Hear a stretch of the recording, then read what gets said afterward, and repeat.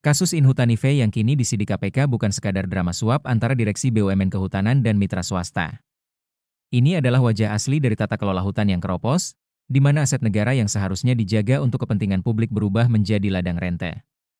Hutan bukan milik direksi, bukan milik pengusaha, melainkan milik rakyat yang pengelolaannya dikuasakan kepada negara.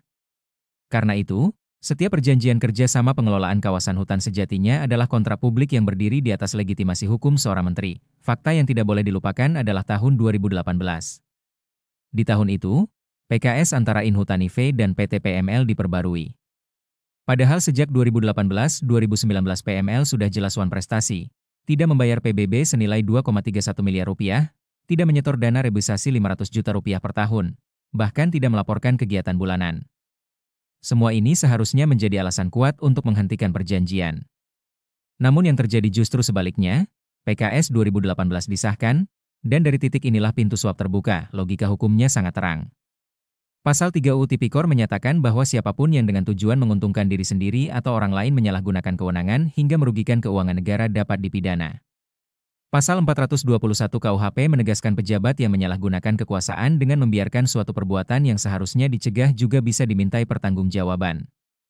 Menyetujui perpanjangan PKS meski mitra sudah wan prestasi adalah penyalahgunaan wewenang, sementara membiarkan pelanggaran berjalan adalah kelalaian yang sama berbahayanya.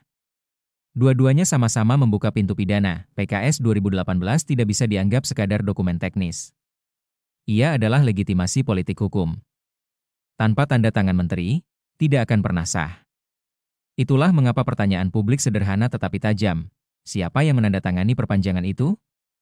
Mengapa perjanjian bermasalah bisa tetap dilegalkan? Pertanyaan ini tidak bisa dijawab hanya dengan menahan direksi BUMN atau komisaris swasta. Harus ada pertanggungjawaban di level otoritas tertinggi. Baca juga, duduk perkara kasus suap yang seret di Rut Inhutanife. Berawal dari kerjasama, minta Jip Rubicon konsekuensi dari pembiaran ini sangat mahal. Negara kehilangan potensi penerimaan negara bukan pajak hingga 1,59 triliun rupiah per tahun. Rasionalisasi lebih lanjut yang memperhitungkan kerugian ekologis, sosial, dan hilangnya manfaat ekonomi lingkungan membuat angka itu membengkak hingga sekitar 1,95 triliun rupiah per tahun. Pasal 18 UU Tipikor bahkan menegaskan bahwa pelaku wajib membayar uang pengganti sebanyak-banyaknya sama dengan harta benda yang diperoleh dari tindak pidana.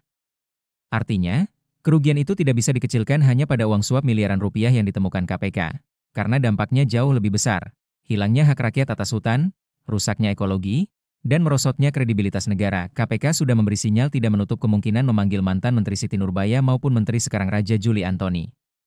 Ini bukan sekadar wacana, melainkan logika hukum yang sangat korelatif dengan akar masalah. Terima kasih sudah nonton, jangan lupa like, subscribe, dan share ya!